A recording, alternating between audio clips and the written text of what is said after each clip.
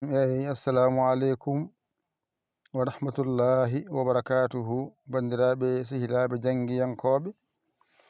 en garti kadi e windande men hande kadi eɗen janga ha tongu noon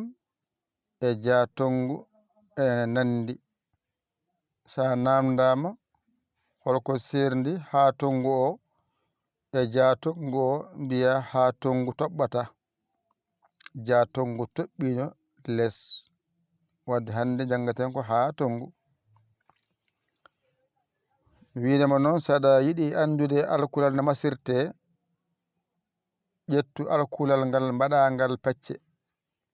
ƴetta 5 pawa dow 3 wona hakkunde 4 wona less ɗe dow ɗe poɗata hakkunde foɗata less foti poɗoje ni foti kadi mi winama kadi masɗe ɗe ko 4 kaaɗi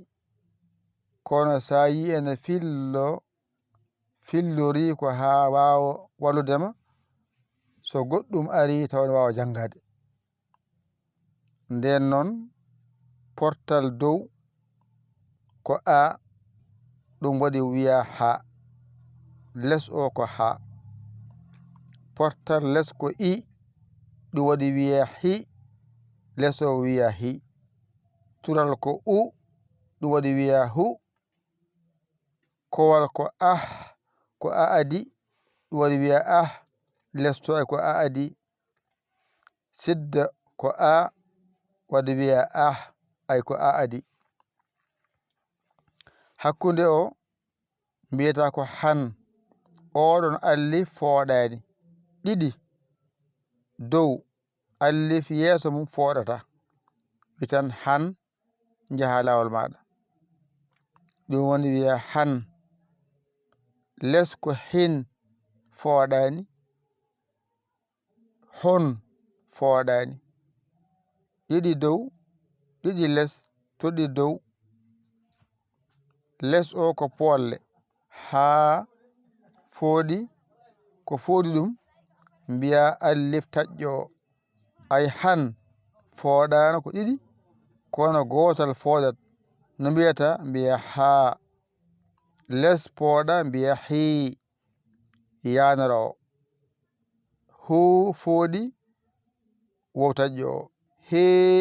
fooɗi yanara allif jowiɗo alkula ko ni masirte bisimillah noon jangen ha hi hu kowal sidda han hin hon hakkunde nan ɗon less o ha fooɗi hi fooɗi hu fooɗi he fooɗi ha hi hu kowal sidda ɗon timmi ngara hakkunde han hin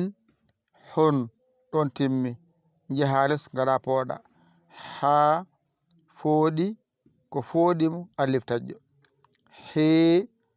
hi fooɗi ko fooɗimo yanara hu fooɗi ko fooɗimo wow taƴƴo he fooɗi ko fooɗimo yanara allif jowiɗo bisimillah jangen ha hi hu kowal sidda hakkunde han hin hon less pooɗen ha hi hu he ɓamten ɓaren ha hi hu kowal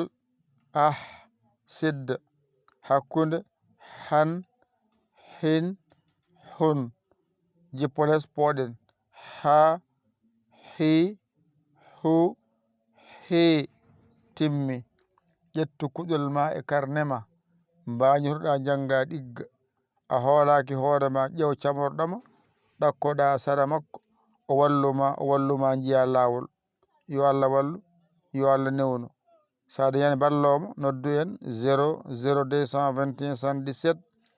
906 14 81 mbaɗa Yaya jiya WhatsApp o ngara caggitoɗa saggani ɗum jinmi yo Allah wallu yo Allah newnu yo Allah reen ko musidɗo mon almudo mon nder e boowal Yaya Ly Kora Sénégal alhamdulillahi rabbil alamina on jarama wassalam alluwol mon hanan ɗon so ɗiggi on certi e majjere ha hankadi ni yo jaam wonan en kala saaha